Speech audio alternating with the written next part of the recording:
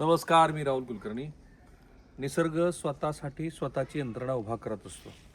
कांदळवन किंवा ज्याला मॅनग्रोव्ज आपण म्हणतो, वेगवेगळ्या प्रकारचे असतात, 7-8 प्रकारचे आहेत. या कांदळवनामध्ये जसं आपण हॉलिवूड मूव्हीजमध्ये बघतो ना, ॲनाकोंडा किंवा तत्सम, तसं बॅकवॉटरमध्ये निसर्गाचं संवर्धन, स्पेशली मातीची धूप कमी व्हावी, पूर परिस्थिती निर्माण होऊ नये म्हणून समुद्रात निसर्गानं केलेली ही रचना आहे. कोकणातल्या मंडळींसाठी ते नवीन नाही आहे, ते पाहणं, ते अनुभवणं. पण महाराष्ट्रात, उर्वरित महाराष्ट्र आणि संपूर्ण देशभरासाठी हे कांदळवन, त्याचं पर्यावरणाच्या दृष्टीने असलेलं महत्त्व, त्याचं सौंदर्य आज तुम्ही पाहणार आहात माझ्यासोबत. चला.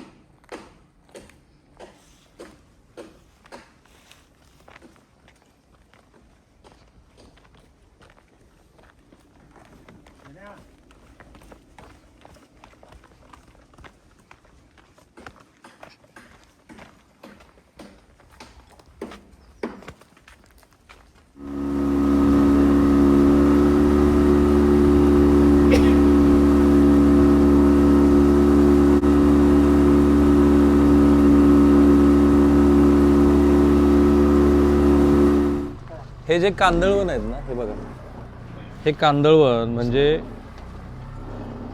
समुद्रकिनारी, खाड्या, नदीमुख आणि खारट दलदलीमध्ये वाढणारी ही वनस्पतींची वेगळी अशी परिसंस्था आहे, जी महाराष्ट्राच्या मुंबई, ठाणे, पालघर, रायगड, रत्नागिरी आणि सिंधुदुर्ग या जिल्ह्यामध्येच आढळते. ही वनं भरती आणि आहोटीच्या कठीण पर्यावरणाला अनुकूल करून घेतात, म्हणजे स्वतःमध्ये आवश्यक ते बदल करतात. मी विचारलं की याच्या मुळा किती आहेत खाली, खोल आहेत. इथे मग काही जमीन आहे का खाली?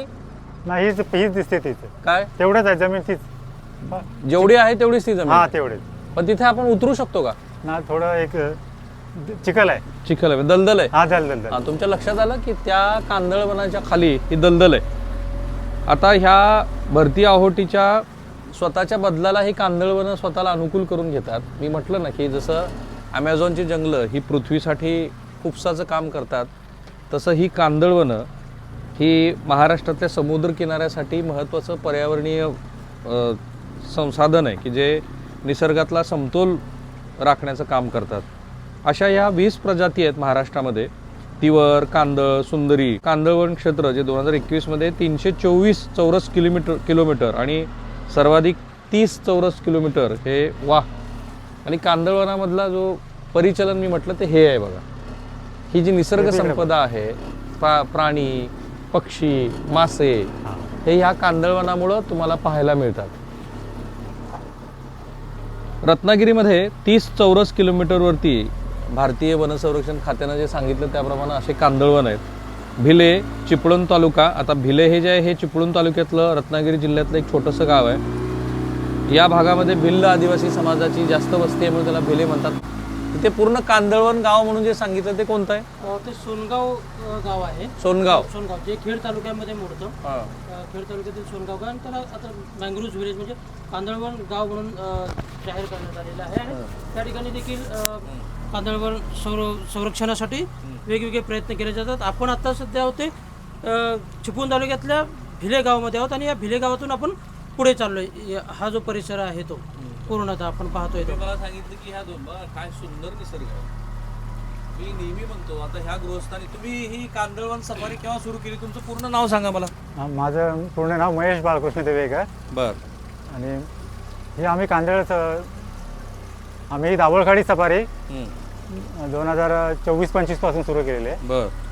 आणि इथे लोकांना तुम्ही मुख्यत्वे काय दाखवता? इथे लोकांना आम्ही जे पर्यटक येतात त्यांना आपण म्हणजे खाडी किनारी असलेले कांदळवन, दिवा बेट, पक्षी निरीक्षण. किती प्रकारचे पक्षी आहेत इथे? हे बघा ना, सुंदर पक्षी गेला आता. काही मासे पकडणारे पण पक्षी आहेत पाण्यातील. वा. हा. ते मासे खाणारे. नशीब चांगलं असेल ना तर मासे पकडणारे पक्षी मी तुम्हाला दाखवणार आहे. आणि आता आपण खाडीत आहोत. हा, खाडीमध्ये. कुठली खाडी? आता सध्या आपण वाशिष्ठी नदीतून जिथं उगम वाशिष्ठी नदी. वाशिष्ठी. ती पुढे जाऊन करमवण्यामध्ये दाभोळखाडीला मिळते. या कांदळवनामुळं पूर किंवा मातीचं घसरणं म्हणजे डोंगराकडून येणारी माती ती थांबली जाते. पण कांदळवनाची जी बुडं दिसत आहेत, जरा थोडंसं क्लोज आपल्याला जाता आलं तर बघा, ही कांदळवनाची जी बुडं आहेत त्याच्या खाली काय असतं? ह्या उजव्या बाजूला बघा, हे खूप दृश्य चांगलं आहे कांदळवनाचं. जी बुडं आहेत हा. त्या बुडाच्या जवळ काय असतं? कांदळवनाची जी बुड आहे खाली पारंब्यासारखं मूळ. हा मूळ ना मुळं, हा तर तिथं काय असतं? म्हणजे असं लहान काही जीव वेगळं- वगैरे हा? म्हणजे नैसर्गिक जीव त्यांची पैदास होते माशांच्या खाण्यासाठी. कांदळवनाचं आणखी महत्व असं हा आहे, या कांदळवनाची जी पानं आहेत ना त्याची जाडसर अंड्यासारखी, फुलं गडद गुलाबी आहेत. होय, रंग फुलांचा गडद गुलाबी असतो, गुलाबी रंगाची फुलं असतात का त्याला? हा ती दिसतात बघा समोर. हे बघा समोर, या इकडे निकेतन. आता आपण कांदळवनाच्या अशा वनामध्ये जाऊया, त्याला वनच म्हटलेलं आहे तर ते वनात जाऊया. आणि हे बघा, हे पक्षी कोकणातली जर तुम्ही ठिकाणं म्हणाल तर ह्या 324 चौरस किलोमीटरमध्ये मुंबई, ठाणे, पालघर, रायगड, रत्नागिरी, सिंधुदुर्ग या भागामध्ये, आणि त्यातल्या त्यात रत्नागिरी तालुक्यात पावस, नाचणे म्हणजेच काजळी, गौतमी खाडी या गावामधला 15 किनारी गावातला जो भाग आहे तो कांदळवन आहे. आणि हे बघा, ह्याला म्हणतात परिसंस्था. कांदळवनामुळं तयार झालेली परिसंस्था. मी त्यांना मगाशी हेच म्हणालो की जर थोडं आणखी जवळ घेता येईल याला, काय म्हणता? थोडंसं जवळ घेतो. हे बघा, कांदळवन नेमकं काय आहे ते महाराष्ट्रात, म्हणजे कोकणातल्या मंडळींना त्याचं फारसं अप्रूप नसेल, पण महाराष्ट्रात असं घ्या, महाराष्ट्रातल्या मंडळींना ते समजून घ्यायला हवं की निसर्ग स्वतःसाठी रचना करत असतो. ती ही रचना आहे. मातीची जेव्हा मी म्हणतो की मातीची धूप होत नाही, ती ही धूप होत नाही. माती अडवून ठेवतं कांदळवन. आणि बघा ना, अशा एकमेकामध्ये मिसळलेल्या ह्या ज्या मुळ्या आहेत त्या मुळ्या ह्या मातीचं असणारं समुद्रामध्ये वाहून जाणं थांबवतात. आणि माती इथली सतत ओलसर अर्ध खारट असते, त्यामुळं झाडांना पायासारखी ही जी मुळं आहेत ती वर येताना दिसतात. समुद्र किनाऱ्यावरची धूप कमी होते, गावाचं संरक्षण होतं, चक्रीवादळ, सुनामीसारख्या आपत्तींचा जोर कमी होऊन एक प्रकारचं तिवराचं झाड. नैसर्गिक तिवर. तिवर कुठे आहे? हे समोरचं झाडाचा प्रकार. तिवराचं आहे ना. हा. किती प्रकारची झाड आहेत? झाड एक 5-6 प्रकारचे आहेत. नावं सांगता येतील का? एक तिवर म्हणतात, हा. त्याला एक भोपा म्हणून आहेत, पण आपल्या कोकणी भाषेमध्ये आहे. घोपा. हा एक सुदैव काय की रायगड, रत्नागिरी, सिंधुदुर्ग मोठ्या प्रमाणात इथे आता मॅनग्रोव्ह म्हणजे हे कांदळवन जे वाढताना दिसतंय. मासे, खेकडे, कोळंबी, शिंपले यांचं हे प्रजनन क्षेत्र आहे.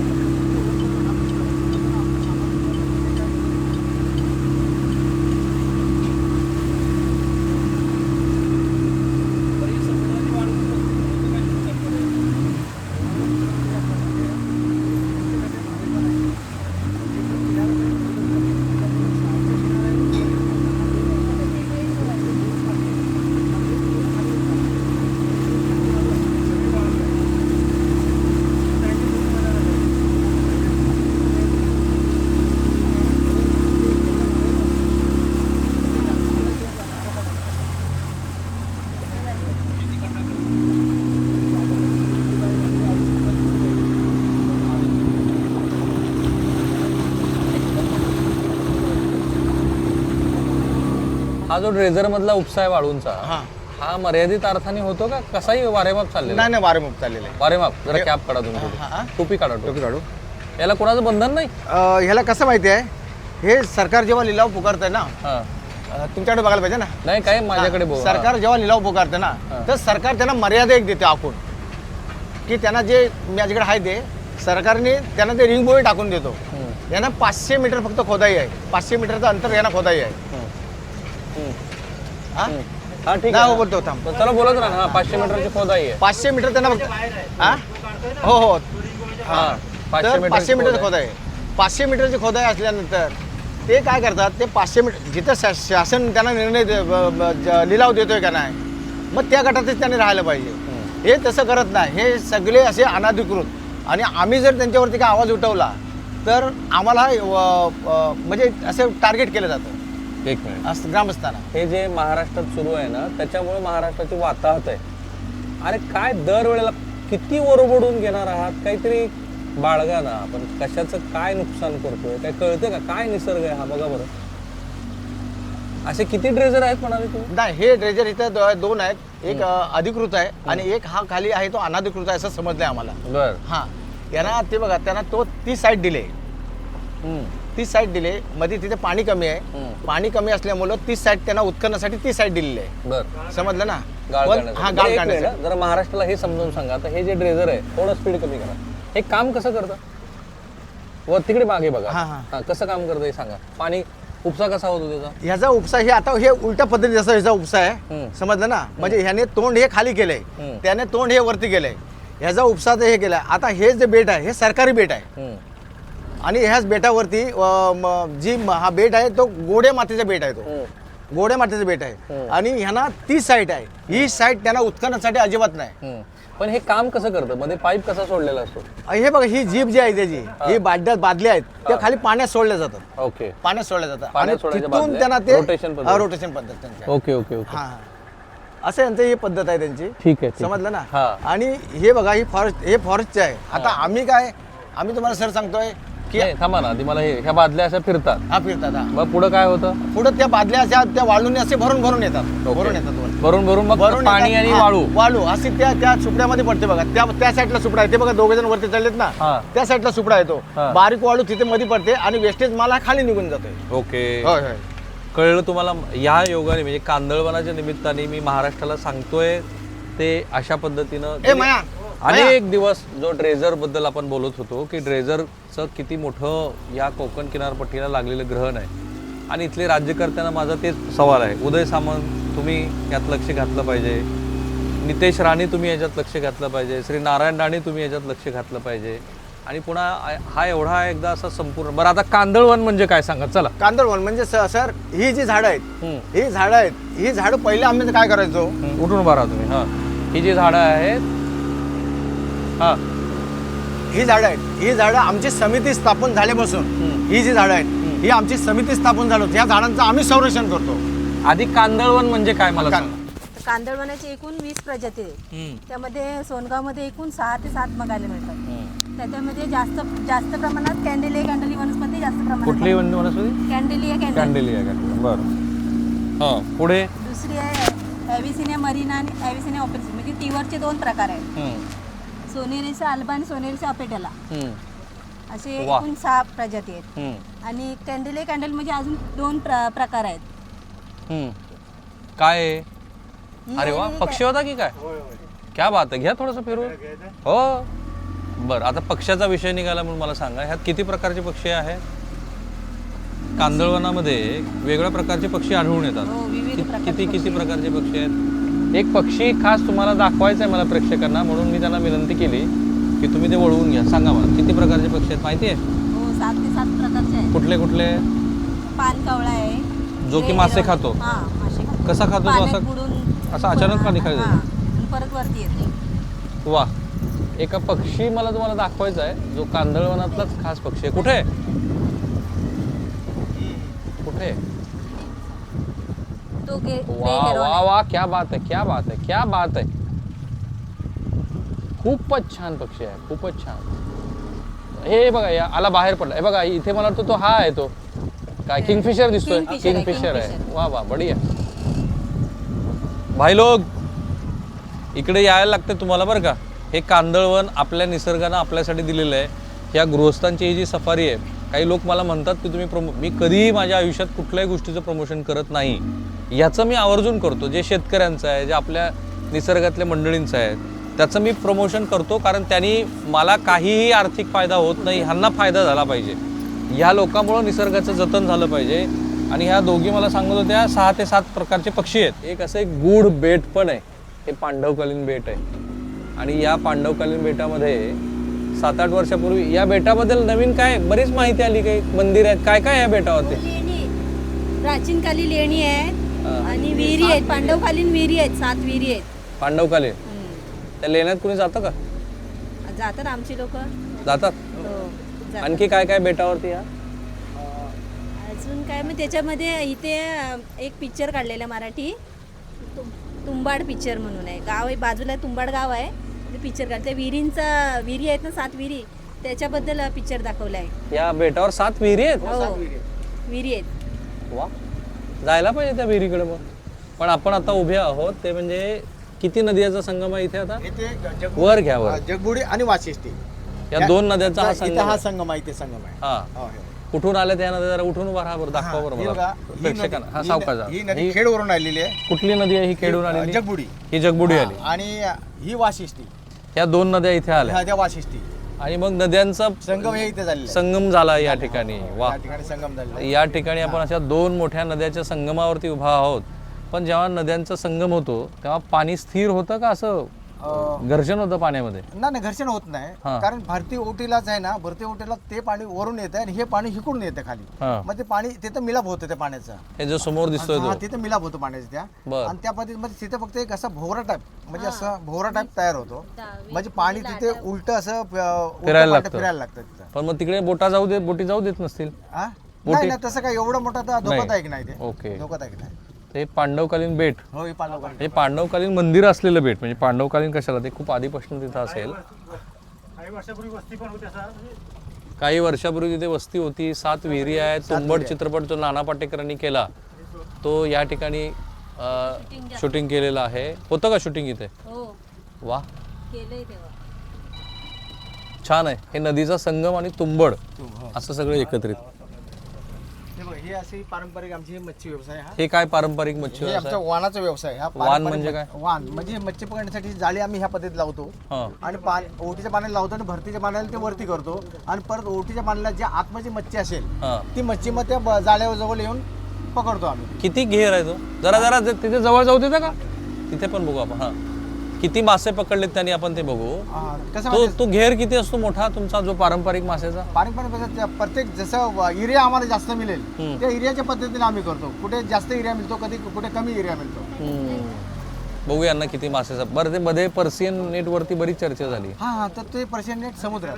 ही आता इथे कशी नाही. आहे, वाशिष्ठी काही खाडी आहे ना. हा, त्या बघूया आपण त्यांना. हे किती सापडलेत, मासे किती सापडलेत बघूया जवळ जाऊन त्यांच्या. हे नैसर्गिक बेट आहे का? ए, किती पकडले मासे? नाही, थोडे तरी. नाही, पाणी सुकल्यावरती. अजून पाणी आहे ना जाळेवरती. अच्छा अच्छा अच्छा, असं असतं का ते? पाणी म्हणजे जेव्हा पूर्ण सुकलं ना- पाणी सुटायला पाहिजे. हो, पाणी मग सुकायला पूर्ण जसे तिकडे पलीकडे दलदल आहे तशी दलदल होईल. पुरी बाहेर दलदल येते. आणि मग हे नेट काढायचं. हा, मग ते भुशा आपलं काम झालं की मग ते नेट काढून घ्यायचं. मच्छी काढून झाली की नेट काढून घ्यायचं ते. मग तेवढ्या नेट मध्ये जेवढा अडकलेले मासे तेवढे मासे. तेवढे मासे. किती अडकतात साधारणपणे? साधारण कसं कधी जास्त मिळतात, कधी कमी मिळतात, हम्म. असं होतं. बघा, कानटुपी वगैरे लावून मच्छीमार उभारलेले आहेत. आपले जे पारंपरिक मच्छीमार असतात तशी ती वेशभूषा आहे का? काय आहे? इथे कसं माहिती आहे, इथे कालचिवड म्हणून नावाचं एक मच्छी असते. कालचिवड. त्याला कालिंदर बोलतात बघा, कालिंदर. कालिंदर कालिंदर बोलतात ना. हा, हा, आणि कालिंदर. बोई मासा. आणि बोई मासा. ते सापडलं काय त्याला? नाही नाही, ते जर जास्त मिळले तर आम्हाला त्यातून पैसे इन्कम चांगलं होतं. जास्त दिसतात ते मासे सापडले त्यांना? दाखवा ना मासे आम्हाला. मीडिया आहेत मीडियावर. जवळ घेता येतं का? पाणी कमी मग तू मग तुम्ही पुढे या ना इकडे. उलटा मारतोय. हो हो, उलटा मारतोय. पुरलाव ना बरोबर. उलटा मारतं म्हणजे काय होतं? बरोबर. हो, उलटा मारतं म्हणजे काय होतं? पाणी बघा, हे विरुद्ध दिशेने चाललंय. भोवरा मारतोय, हे विरुद्ध दिशेने चाललंय. आणि ते पाणी बघा, ते बघा सर, ते पाणी खालच्या दिशेने चाललंय. आलं लक्षात. ते गोल फिरते बघा. हा कुठे? कसा गोल फिरतो. दाखवा. जिवंत आहे की काय मेलेलं आहे? उडी मारते पण जाळ्यामध्ये. हे बोय मासा. बोये. बोय बोय. वा, दाखवा जरा भाऊ हातात पकडून. किती किलोचा आहे हा? हा 2 किलोचा आहे. 1.5-2 किलो. काय भाव होता ह्या माशाचा? ह्या मासेचा आता 250-200 रुपये, 250 रुपये किलो आहे. चला चला, शुभेच्छा तुम्हाला. बाय. चलो.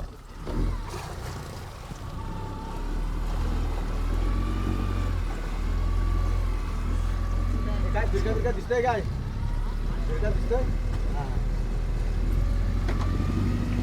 हे सगळं तुम्हाला बघायचं असेल ना तर इथे यायला लागेल तुम्हाला. तुम्ही या 2 नदीचा संगम बघा, छोटासा तयार झालेला भोवरा बघा, मासेमारी बघा आणि ही पारंपरिक मासेमारी कशी होते तेही तुम्ही बघा. आणि त्याबरोबरच हे जे कांदळवन आहे त्या कांदळवनाच्या सगळ्या आजूबाजूला मासेमारी करतायत लोक. पारंपरिक मासेमारी आणि सगळ्या प्रकारचे मासे इथे तुम्हाला पाहायला मिळतील. मी पुन्हा एकदा सांगतो की अशा कोणत्याही गोष्टीचं मी कधीही प्रमोशन करत नाही, पण असे लोक मला भेटले की मला आवर्जून करावं असं वाटतं, कारण या निमित्ताने तुम्ही तिथे या. कोणातरी कॉन्टॅक्ट नंबर द्या, मोबाईल नंबर सांगा तुमचा.